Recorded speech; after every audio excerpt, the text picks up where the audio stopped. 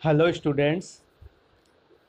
आज जो टॉपिक है वो है जीबी सिंड्रोम, यानी कि गिलियन बार सिंड्रोम। ओके, सबसे पहले हम इसकी डेफिनेशन की बात करेंगे। तो जो जीबी सिंड्रोम है ये एक ऑटो इम्यून प्रोग्रेसिव डिसऑर्डर है। ऑटो इम्यून का मीन क्या होता है?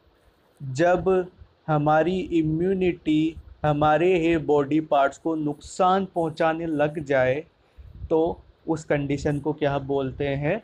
Auto immune disorder. ठीक है, तो जीबी सिंड्रोम भी एक ऑटो इम्यून डिसऑर्डर है और प्रोग्रेसिव है। प्रोग्रेसिव यानी कि ये कंडीशन धीरे धीरे प्रोग्रेस करती रहती है, लेस सीवियर फॉर्म से मोर सीवियर फॉर्म की तरफ। ठीक है, और ये किसको अफेक्ट करती है? ये अफेक्ट करती है पीएनएस को, यानी कि पेरिफेरल नर्वस सिस्टम को। नर्वस सिस्टम जो होता है उसके दो टाइप होते हैं, central nervous system and peripheral nervous system. ठीक है, पेरिफेरल नर्वस सिस्टम का काम क्या होता है?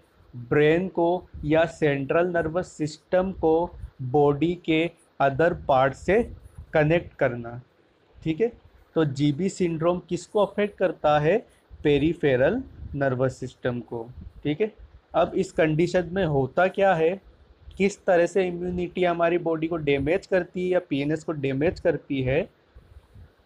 In this condition myelin sheath of PNS neurons are destroyed due to abnormal attacks of immunity। यानी कि जैसा मैंने आपको बताया ये एक ऑटो इम्यून डिसऑर्डर है, तो इस कंडीशन में हमारी बॉडी की इम्यूनिटी क्या करती है? जो पीएनएस न्यूरॉन्स है या जो पेरिफेरल नर्वस सिस्टम के जो न्यूरॉन्स है उनकी माइलिन शीथ को डिस्ट्रॉय करने लग जाती है। क्या करती है? इम्यूनिटी पीएनएस न्यूरॉन्स की माइलिन शीथ को डिस्ट्रॉय करने लग जाती है। ठीक है, जीबी सिंड्रोम में माइलिन शीथ के बारे में आपको पता होगा। जो न्यूरॉन्स होते हैं उनकी जो एक्सोन पार्ट होता है, एक्सोन पार्ट की जो कवरिंग होती है उसको बोलते हैं माइलिन शीथ। ठीक है, इस माइलिन शीथ का काम क्या होता है? माइलिन शीथ जो इम्पल्सेस जो कंडक्ट होती है, जो मूव करती है एक न्यूरॉन से दूसरे न्यूरॉन में, उन इम्पल्सेस की स्पीड को इंक्रीज करने का काम करती है माइलिन शीथ। ठीक है, माइलिन शीथ का काम क्या होता है? जो इम्पल्सेस मूव कर रही है या ट्रेवल कर रही है एक न्यूरॉन से दूसरे न्यूरॉन पे, उनकी स्पीड को इंक्रीज करती है माइलिन शीथ। अब यहाँ पे जीबी सिंड्रोम में क्या हो रहा है? जो माइलिन शीथ है पीएनएस न्यूरॉन्स की वो डिस्ट्रॉय हो रही है। ठीक है, जिस वजह से क्या होगा? जो इम्पल्सेस ट्रेवल करने की जो स्पीड है या जो नर्व कंडक्शन की स्पीड है वो क्या हो जाएगी? डिक्रीज हो जाएगी। ठीक है, तो जो जीबीएस सिंड्रोम है, जीबी सिंड्रोम है, ये एक ऑटो इम्यून डिसऑर्डर होता है जिसके अंदर हमारी बॉडी की इम्यूनिटी जो पीएनएस न्यूरॉन्स है उनकी माइलिन शीथ को डैमेज करने लग जाते हैं, जिस वजह से क्या रिजल्ट आएगा? जो इम्पल्सेस जिस स्पीड से ट्रेवल कर रही थी वो उस स्पीड से ट्रेवल नहीं कर पाएगी। ठीक है, डेफिनेशन के बाद अपन बात करते हैं इसकी कोजेस की। तो फर्स्ट पॉइंट जो अपन इसका पढ़ें, इसकी जो एग्जैक्ट कोज है वो अननोन है, यानी कि जो एग्जैक्ट कोज या जो जिस वजह से हो रहा है वो बात अभी तक पता नहीं है। बट जो 30% केस होते हैं या जो 30% केस होते हैं उसमें मोस्टली किस वजह से हो रहे हैं? बैक्टीरियल इन्फेक्शन की वजह से। और कौन सा बैक्टीरिया? कैम्पाइलो वेक्टर जेजुनी बैक्टीरिया, सी जेजुनी बैक्टीरिया 30% केसेस के लिए रिस्पॉन्सिबल होता है। ओके। सेकंड, अगर जो कोज की बात करें तो कुछ माइनर इन्फेक्शंस लाइक लंग और जीआई इन्फेक्शंस, इनकी वजह से भी जीबी सिंड्रोम हो सकता है। उसके बाद कुछ वायरल इन्फेक्शंस भी हैं जो जीबी सिंड्रोम कोज कर सकते हैं, like herpes, HIV, influenza. Okay, ये इन्फेक्शन जो वायरल इन्फेक्शन ये भी जीबू सिंड्रोम कोज कर सकते हैं। इसके बाद लास्ट पॉइंट आता है कोजेज में, ऑटो इम्यून डिसऑर्डर्स। ठीक है, ऐसे डिसऑर्डर्स जिसमें इम्यूनिटी ही हमारी बॉडी को अटैक करती है। इसमें दो ऑटो इम्यून डिसऑर्डर्स हैं। पहला तो है सिस्टमिक ल्यूपस एरिथ्रोमेटोसस, ठीक है, और सेकंड है होडकिंस डिजीज़। सिस्टमिक लूपस एरिथमेटोसस या SLE डिसऑर्डर क्या होता है? ये एक ऑटो इम्यून डिसऑर्डर होता है जिसमें इम्यूनिटी हमारी बॉडी को नुकसान पहुंचाने लग जाती है। ठीक है, तो ये भी जीबी सिंड्रोम की एक वजह हो सकती है। दूसरा जो है होडकिन डिजीज़, ये एक लिम्फेटिक सिस्टम का कैंसर है। ठीक है, किसका कैंसर है? लिम्फेटिक सिस्टम का। तो ये भी जीबी सिंड्रोम कोज कर सकता है। ओके, अब यहाँ तक तो बात समझ में आती है कि ये ऑटो इम्यून डिसऑर्डर्स है जो मतलब पीएनएस की जो माइलिन शीट है उसको नुकसान पहुँचा सकते हैं। बट जो ये इन्फेक्शंस के बारे में मैंने आपको बताया, लाइक बैक्टीरियल इन्फेक्शन है, ये जो वायरल इन्फेक्शन है, ये कैसे नुकसान पहुँचाएंगे? सो इसका मैं आपको एक इजी वे में एग्जांपल देके बता देता हूँ आपको कि जैसे ये एक बैक्टीरिया है। ठीक है, एक बैक्टीरिया है जो बॉडी में एंटर किया। अब क्या होगा, तो ये बॉडी के लिए, हमारी बॉडी के लिए क्या है? एंटीजन है। जो बैक्टीरिया बॉडी में एंटर किया वो एक एंटीजन है हमारी बॉडी के लिए। ठीक है, तो जो इम्यूनिटी होगी हमारी बॉडी की वो इसके अगेंस्ट क्या बनाएगी? एंटीबॉडीज़ बनाएगी।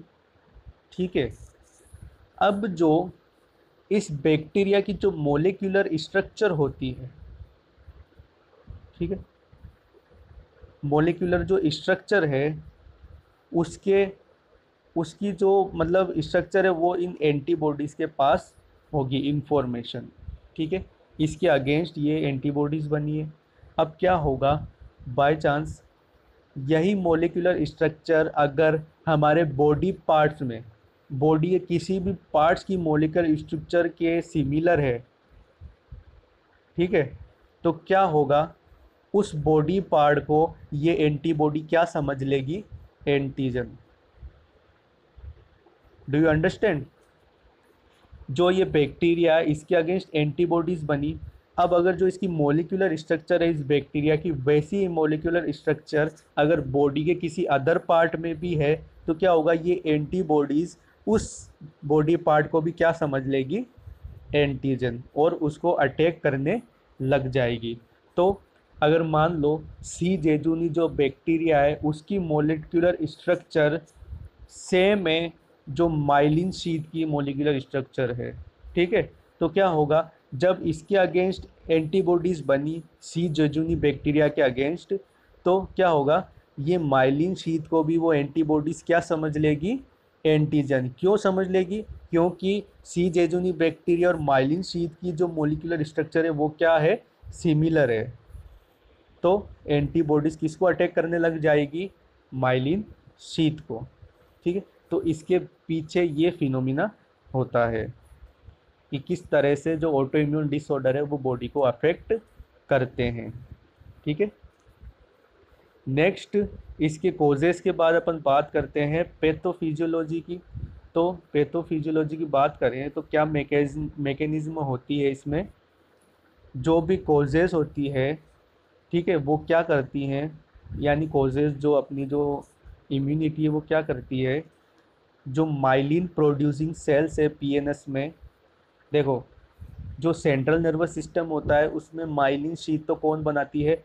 ओलिगोडेंड्रोसाइट्स। ठीक है, और पेरिफेरल नर्वस सिस्टम में माइलिन बनाती है श्वान सेल्स। तो जो इम्यूनिटी होती है वो जो श्वान सेल्स है उनको अफेक्ट करती है, और इस वजह से क्या होता है, उनकी इन्फ्लामेशन और डेथ होने लग जाती है। इन्फ्लामेशन होगा उसमें और उनकी डेथ होने लग जाएगी। किनकी? माइलिन प्रोड्यूसिंग सेल्स यानी कि श्वान सेल्स की। ठीक है, जिस वजह से क्या रिजल्ट आएगा, जो माइलिन शीथ है उसका डिस्ट्रक्शन होने लग जाएगा। जो माइलिन प्रोड्यूसिंग सेल्स है वो अपना काम नहीं कर पाएगी नॉर्मली, तो माइलिन शीथ भी डिस्ट्रॉय होने लग जाएगी। और माइलिन शीथ डिस्ट्रॉय होगी तो उसकी जगह किसका फॉर्मेशन हो जाएगा? Scar formation. ठीक है, अगर अब क्या होगा, स्कार फॉर्मेशन की वजह से जो इम्पल्सेस नॉर्मली ट्रांसमिट हो रही थी उनके ट्रांसमिशन में क्या हो जाएगा, एबनॉर्मलिटी आ जाएगी, या वो ट्रांसमिशन इम्पेयर्ड हो जाएगा। ठीक है, जिस वजह से क्या कंडीशन एराइज होगी, GBS। ठीक है, क्या होगा इस कंडीशन में, जो भी इटियोलॉजिकल फैक्टर्स है या जो हमारी इम्यूनिटी है वो किसको डिस्ट्रॉय या करने लग जाएगी, माइलिन प्रोड्यूसिंग सेल्स को, यानी कि जो श्वान सेल्स है उनकी डेथ होगी, तो माइलिन शीट नॉर्मली प्रोड्यूस नहीं हो पाएगी, जिस वजह से वहाँ पे क्या होगा, स्कार का फॉर्मेशन हो जाएगा। और स्कार के फॉर्मेशन की वजह से जो इम्पल्स से नॉर्मली ट्रांसमिट होती है वो ट्रांसमिट नहीं हो पाएगी, और इस कंडीशन को क्या बोलेंगे, GBS या गिलियन बार सिंड्रोम। ओके, नेक्स्ट इसके बाद अपन बात करते हैं इसके साइन एंड सिम्टम्स की। तो सबसे कॉमन जो इसमें सिम्टम लक्षण देखने को मिलेगा जीबी सिंड्रोम के पेशेंट में, वो होगा लोअर बैक पेन, यानी कि पेशेंट की जो कमर है, बैक है, उसमें नीचे की तरफ बहुत ज़्यादा पेन रहेगा। ठीक है, सेकंड जो सिम्टम लक्षण देखने को मिलेगा वो होगा progressive muscle weakness.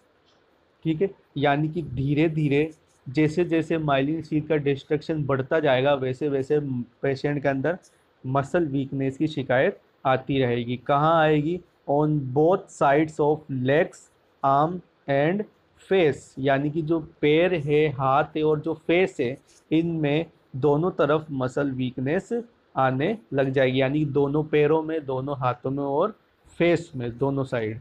Okay, next जो सिम्टम देखने को मिलेगा वो होगा पेरिस्थीसिया।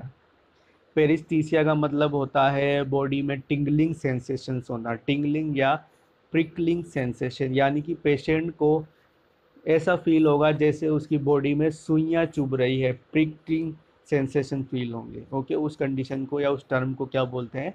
पेरिस्थीसिया। उसके बाद जो नेक्स्ट लक्षण देखने को मिलेगा वो होगा कार्डियक डिसरिथमिया, यानी कि जो हार्ट बीट है वो रिदम में, या जो हार्ट है वो रिदम में बीट नहीं करेगा। ठीक है, नेक्स्ट सिम्टम देखने को मिलेगा टेंडरनेस एंड मसल स्पाज्म। जो पीएनएस हैं, वो जो पेरिफेरल नर्वस सिस्टम के जो न्यूरॉन्स है वो प्रॉपरली फंक्शन नहीं कर रहे हैं, जिस वजह से मसल्स में जो कॉन्ट्रैक्शन और जो रिलैक्सेशन है वो प्रॉपरली नहीं हो पाएगा, जिसकी वजह से टेंडरनेस और मसल स्पाज्म की पेशेंट में शिकायत देखने को मिलेगी। ओके, खिंचाव रहेगा। स्पाज्म का मतलब क्या होता है? मसल्स में खिंचाव रहेगा। ठीक है, उसके बाद जो नेक्स्ट सिम्टम है वो देखने को मिलेगा अनकोऑर्डिनेटेड मूवमेंट्स, यानी कि मसल वीकनेस की शिकायत हो रखी है, मसल स्पाज्म हो रखा है, जिसकी वजह से पेशेंट के जो मूवमेंट्स हैं, जो मूवमेंट्स है वो अनकोऑर्डिनेटेड रहेंगे, कोऑर्डिनेशन में नहीं रहेंगे। ठीक है, नेक्स्ट सिम्टम क्या देखने को मिलेगा? डिफ़िकल्टी इन स्पीकिंग, यानी कि पेशेंट को बोलने में दिक्कत होगी। क्यों होगी? क्योंकि मसल वीकनेस है फेस में। ओके, नेक्स्ट लक्षण जो है वो देखने को मिलेगा डिस्फेजिया, यानी कि डिफ़िकल्टी इन स्वालोविंग। पेशेंट कुछ भी खाएगा तो उसको स्वालो करने में प्रॉब्लम होगी। ओके, क्यों? मसल वीकनेस की वजह से। और लास्ट सिम्टम जो देखने को मिलेगा वो होगा difficulty with eye movements, speaking, chewing और स्वालोविंग, यानी कि आई मूवमेंट्स क्यों प्रॉब्लमेटिक होंगे? क्योंकि जो सपोर्टिंग मसल्स है आइज़ की, वो मसल में वीकनेस रहेगी, पेशेंट को बोलने में दिक्कत होगी, चीविंग करने में दिक्कत होगी और स्वालोविंग में दिक्कत होगी। तो ये जो भी सिम्टम्स आ रहे हैं like difficulty in speaking, dysphagia, ठीक है, वीकनेस, ये सब क्यों हो रहे हैं? क्योंकि मसल में क्या हो रखा है? वीकनेस हो रखी है, स्पाज्म हो रखा है। ओके, नेक्स्ट इसके बाद जो अपन देखते हैं वो है डायग्नोसिस। डायग्नोसिस में सबसे पहले हिस्ट्री कलेक्शन करनी है, पेशेंट की present history, past history, medical history, family history, ये सब पेशेंट के फैमिली मेम्बर से कलेक्ट करनी है। ओके, अगर पेशेंट बोलने में प्रॉब्लम है पेशेंट को, तो अपन हिस्ट्री किससे कलेक्ट करेंगे? उनके फैमिली मेम्बर से, चाहे वो वाइफ हो, चाहे उसके हस्बैंड हो, या मदर फादर हो, या बच्चे हों, उनसे। ओके, नेक्स्ट उसके बाद क्या करेंगे? Physical examination. फिजिकल एग्जामिनेशन में 4 टर्म आते हैं: observation, percussion, palpation and auscultation. ठीक है, तो इस तरह से पेशेंट का फिजिकल एग्जामिन करेंगे। ओके, नेक्स्ट इसके बाद डायग्नोसिस आता है नर्व फंक्शन स्टडी। ये क्यों करेंगे? जो न्यूरॉन्स हैं, ठीक है, उनके फंक्शन का पता लगाने के लिए कि जो न्यूरॉन्स या जो नर्व्स है वो अपना प्रॉपरली फंक्शन कर पा रही है या नहीं। ओके, उसके बाद नेक्स्ट डायग्नोसिस है इलेक्ट्रोमायोग्राफी। इससे क्या पता लगाएंगे? इससे मसल फंक्शंस के बारे में पता लगाएंगे। मायो का मतलब होता है मसल्स। ओके, नेक्स्ट इसके बाद क्या करेंगे? ईसीजी। ईसीजी किसके लिए करेंगे? हार्ट के लिए। जो हार्ट में कार्डियक में जो रिदम बिगड़ी हुई है उसको आइडेंटिफाई करने के लिए, ठीक है, प्रॉब्लम को। नेक्स्ट इसके बाद है सीटी स्कैन और एमआरआई। इससे भी हम जो मसल वीकनेस है उसको आइडेंटिफाई करेंगे। ठीक है, तो ये इसके हो गए डायग्नोसिस। डायग्नोसिस के बाद अब आती है बात मैनेजमेंट की। तो मैनेजमेंट में मेडिकल मैनेजमेंट की बात करें तो सबसे पहले पेशेंट को देंगे steroid medications and immunosuppressive medications. ये दोनों जो मेडिकेशंस हैं इनका काम होता है इम्यूनिटी को सप्रेस करना। ठीक है, ये दोनों ही मेडिकेशंस इम्यूनिटी को क्या करती है? सप्रेस करती है और इन्फ्लामेशन को कम करती है। ठीक है, इसमें जो स्टेरॉयड में उसमें तो देंगे प्रेडनिसोन, इम्यूनोसप्रेसिव में कौन सी मेडिकेशन देंगे? एजेथियोप्रिन। ओके, नेक्स्ट इसके बाद जो मैनेजमेंट आता है वो है प्लाज्मा फिरेसिस। ये जो प्लाज्मा फिरेसिस है, ये प्रोसीजर क्या होता है? इसके बारे में आपने न्यूज़ में भी देखा होगा। जो अभी कोरोना चल रहा है उसमें जो एंटीबॉडीज़ बनी, जिसको मतलब कोरोना हो चुका और वो ठीक हो चुके हैं, तो उनकी बॉडी में क्या होता है? जो एंटीबॉडीज़ बन चुकी है उनको अलग करने के लिए प्लाज्मा फिरेसिस प्रोसीजर का यूज़ करने की बात उठी थी न्यूज़ चैनल पे। तो अपन इसके बारे में बात करते हैं कि प्लाज्मा फिरेसिस क्या होता है। In this procedure abnormal antibodies containing serum is circulate from a filtration machine to remove and separate the antibodies from blood। ठीक है, अब इसमें करते क्या है? प्लाज्मा फेरेसिस में एक फिल्ट्रेशन मशीन होती है। ये एक फिल्ट्रेशन मशीन है। फॉर एग्जांपल इसमें क्या करते हैं? जो पेशेंट है उसके ब्लड को इसमें से गुजारा जाता है। ठीक है, यहाँ से ब्लड आता है, इसमें फ़िल्टर होता है। ठीक है, फ़िल्टर होने के बाद जो इसमें एबनॉर्मल एंटीबॉडीज़ होती है वो क्या हो जाती है? इस मशीन के अंदर सेपरेट हो जाती है। ठीक है, उसके बाद जो बाकी बचा हुआ सीरम होता है, जो ब्लड होता है, वो वापस पेशेंट को भेज दिया जाता है। ठीक है, प्लाज्मा फिरेसिस की कंडीशन में क्या करते हैं? एक मशीन होती है जिसमें फिल्ट्रेशन मशीन, जिसमें से पेशेंट के ब्लड को गुजारा जाता है, और इसमें क्या करती है मशीन? जो एबनॉर्मल एंटीबॉडीज़ है उनको फ़िल्टर कर लेती है, या जो सीरम है जो पेशेंट का सीरम है जिसमें एंटीबॉडीज़ प्रेजेंट है उसको ये अलग कर देती है और नए सीरम को वापस ब्लड में मिक्स करके पेशेंट को भेज दिया जाता है। ठीक है, अंडरस्टैंड। जो भी एबनॉर्मल एंटीबॉडीज़ हैं उनको फिल्टर करने के लिए इस मशीन का यूज़ किया जाता है।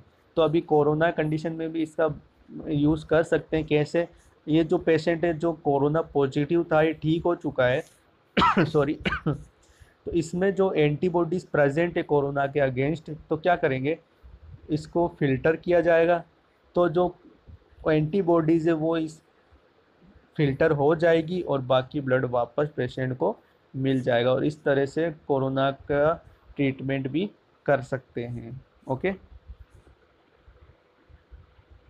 नेक्स्ट जो मेडिकेशंस देंगे वो होंगी pain medications to treat pain. Okay, इसके बाद बात आती है मेडिकल मैनेजमेंट के बाद नर्सिंग मैनेजमेंट की।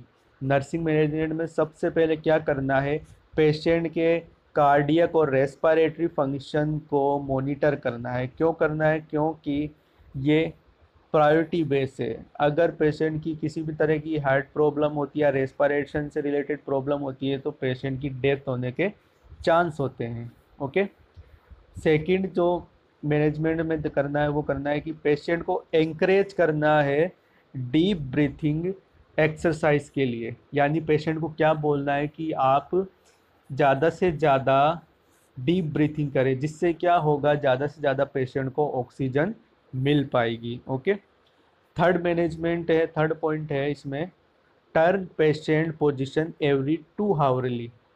ऐसा क्यों करना है कि पेशेंट को हर 2 घंटे के अंदर टर्न करना है। ठीक है, क्यों करना है? बेड सोर को प्रिवेंट करने के लिए। अगर पेशेंट एक ही पोजीशन में लंबे टाइम तक लेटा रहे तो क्या होगा, बेड सोर होने के चांस होंगे। ठीक है, इसलिए पेशेंट को हर 2 घंटे में टर्न करना है। ठीक है, इसके बाद नेक्स्ट पॉइंट है कि पेशेंट को mouth and I care provide करनी है और उसकी पर्सनल हाइजीन को मेंटेन करना है। ठीक है, पेशेंट खुद से एबल नहीं होगा अपनी पर्सनल हाइजीन को मेंटेन करने में। क्यों? क्योंकि उसमें मसल वीकनेस है। ठीक है, तो उसको पर्सनल हाइजीन मेंटेन करना है। ठीक है, और लास्ट है कि पेशेंट को जो है high calorie high protein diet provide करवानी है। ओके, सो ये जीबी सिंड्रोम कंप्लीट हो गया। इसकी एक बार वापस से समरी कर लेते हैं।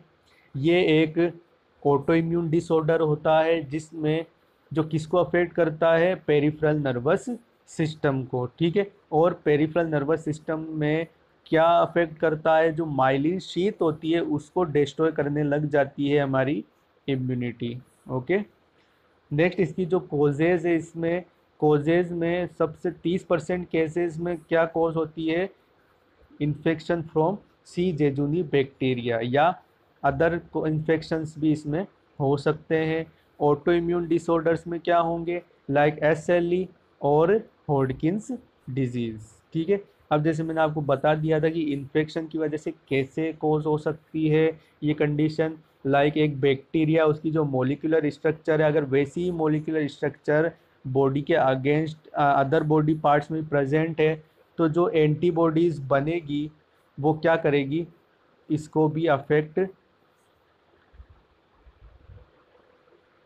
बॉडी के अदर पार्ट्स को भी अफेक्ट करने लग जाएगी। ओके, नेक्स्ट इसके बाद जो पैथोफिजियोलॉजी है इसमें क्या होगा, जो कोजेज या जो इम्यूनिटी है वो किसको डिस्ट्रॉय करेगी, माइलिन प्रोड्यूसिंग सेल्स को, जिसकी वजह से माइलिन शीथ का डिस्ट्रक्शन होगा, स्कार फॉर्मेशन होगा और इम्पल्सेस ट्रांसमिट होने में दिक्कत आएगी। ओके, नेक्स्ट इसके बाद जो सिम्टम्स है इसमें मेन सिम्टम क्या होगा, लोअर बैक पेन। उसके अलावा जो भी सिम्टम्स होंगे वो किससे रिलेटेड है, मसल वीकनेस से। ओके, इसके आगे अदर जो सिम्टम देखने को मिलेंगे वो होंगे like cardiac dysrhythmia, paresthesia, tenderness. Okay, next इसके बाद जो मैनेजमेंट है, मैनेजमेंट में क्या करना है, मेडिकेशंस देनी है, कौन कौन सी ऐसी मेडिकेशंस देनी है जो इम्यूनिटी को सप्रेस कर सके।